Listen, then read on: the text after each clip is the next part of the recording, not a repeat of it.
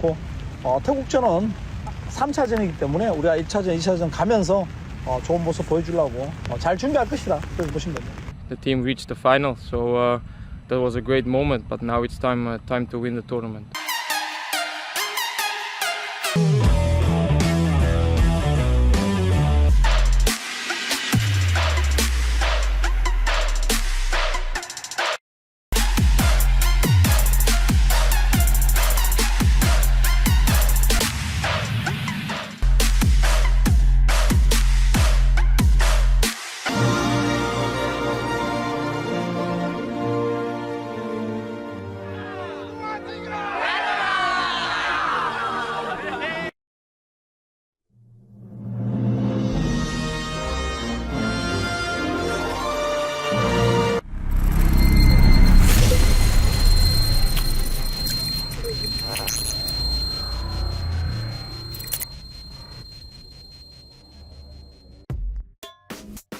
Pemain timnas Indonesia, Sandy Walsh pulang ke klubnya, KV Mechelen sehingga skuad Garuda di TC kali ini berkurang jadi 26 pemain.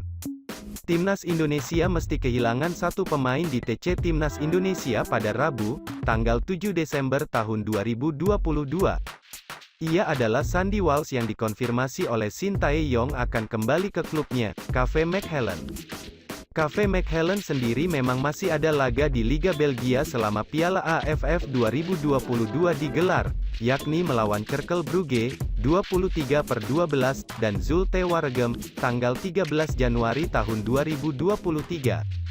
Sandy Walsh kembali dulu ke klubnya karena diminta, nanti akan kembali lagi pas di Kuala Lumpur, kata Ketum PSSI, Muhammad Iriawan yang turut hadir di latihan Timnas Indonesia di Bali, Rabu, tanggal 7 Desember tahun 2022.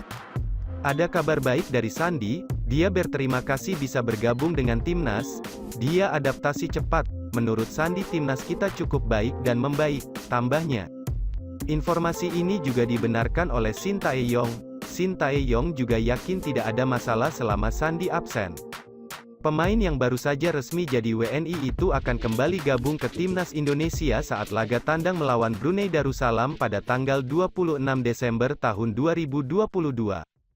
Ia akan langsung bergabung di Malaysia, karena Brunei akan berkandang di Kuala Lumpur Stadium. Saya sama sekali tidak khawatir, masalah Sandy Walsh balik ke klub, kata Shin Tae-yong. Bakal bergabung juga dengan kita saat di Malaysia nanti, tambahnya.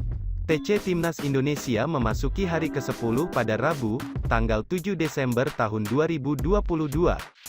Aspek fisik masih jadi fokus utama Shin Tae-yong selama TC. Ia pun mengucapkan terima kasih untuk kerja keras pemain selama TC ini. Selama seminggu ini emang latihan intensitas tinggi. Coach Shin sebagai pelatih kepala mengucapkan terima kasih kepada pemain, ujarnya. Jujur yang namanya progres sebenarnya kita tidak bisa lihat dari latihan, tetapi kita hanya bisa melihat dari pertandingan-pertandingan. Tetapi memang dari segi mental dan fisik sedikit demi sedikit semakin membaik. Hari ini fokus untuk tes fisik sekalian meningkatkan fisik dasar. Untuk pemain tidak ada yang cedera, tambahnya. Pelatih asal Korea Selatan itu juga berterima kasih kepada Ketum PSSI yang sudah hadir menyambangi latihan Timnas Indonesia. Jadi dengan adanya tragedi Kanjuruhan memang PSSI dalam kesulitan. Tetapi dengan Pak Ketum hadir latihan pagi dan sore, kata Shin Tae-yong. Dengan begitu Pak Ketum memberi dukungan dan membantu apa yang kurang dalam Timnas, semua didukung Pak Ketum. Jadi itu yang dibicarakan dengan Pak Ketum tadi, tambahnya.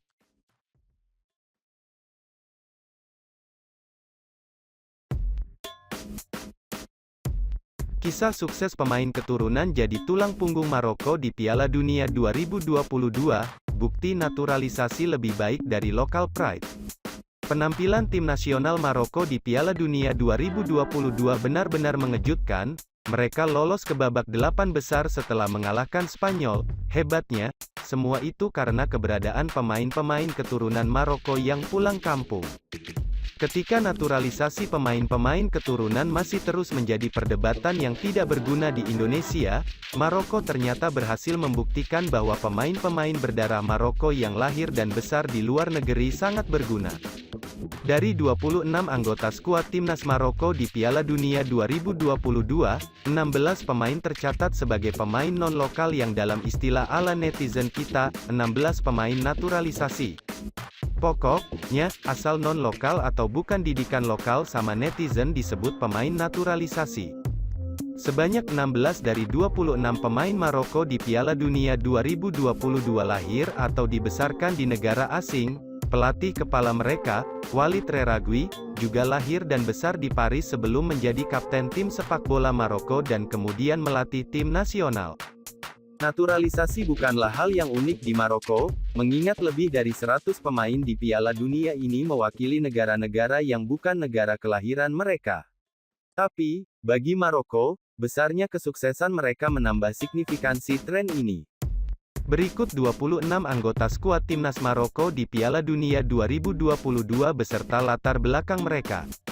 Kiper 1, Yassine Bounou, kelahiran Kanada. 2, Munir Mohammedi, kelahiran Spanyol, didikan Akademi Ceuta Spanyol. 3, Ahmad Reda Taknouauti, kelahiran Maroko. Bek 4, Achraf Hakimi, kelahiran Spanyol, didikan Akademi Real Madrid Spanyol. 5, Nusair Mazraoui, kelahiran Belanda, didikan Akademi Ajax Amsterdam Belanda. 6, Nayef Aguet, kelahiran Maroko. 7, Romain Saiz, kelahiran Prancis, ayah Maroko ibu Prancis, didikan Akademi Clermont Prancis. 8, Jawad El Yamik, kelahiran Maroko. 9, Ahraf dari kelahiran Maroko. 10, Badr Benoun, kelahiran Maroko. 11, Yahya Atiyat Allah, kelahiran Maroko. Gelandang 12, Sofyan Amrabat, kelahiran Belanda, didikan Akademi Utrecht Belanda, skuad U15 Belanda. 13, Azzedine Ounahi, kelahiran Maroko. 14, Abdelhamid Sabiri, kelahiran Maroko. 15, Ilyas Cher, kelahiran Belgia, didikan Akademi Brugge Belgia. 16, Selim Amauloh, kelahiran Belgia, didikan Akademi Anderlecht Belgia. 17, Bilal Elhanes, kelahiran Belgia, didikan Akademi Anderlecht dan Akademi Genk Belgia. 18, Yahya Jabrane, kelahiran Maroko. Depan. 19, Hakim Ziyech, kelahiran Belanda, didikan Akademi SC Heerenveen Belanda.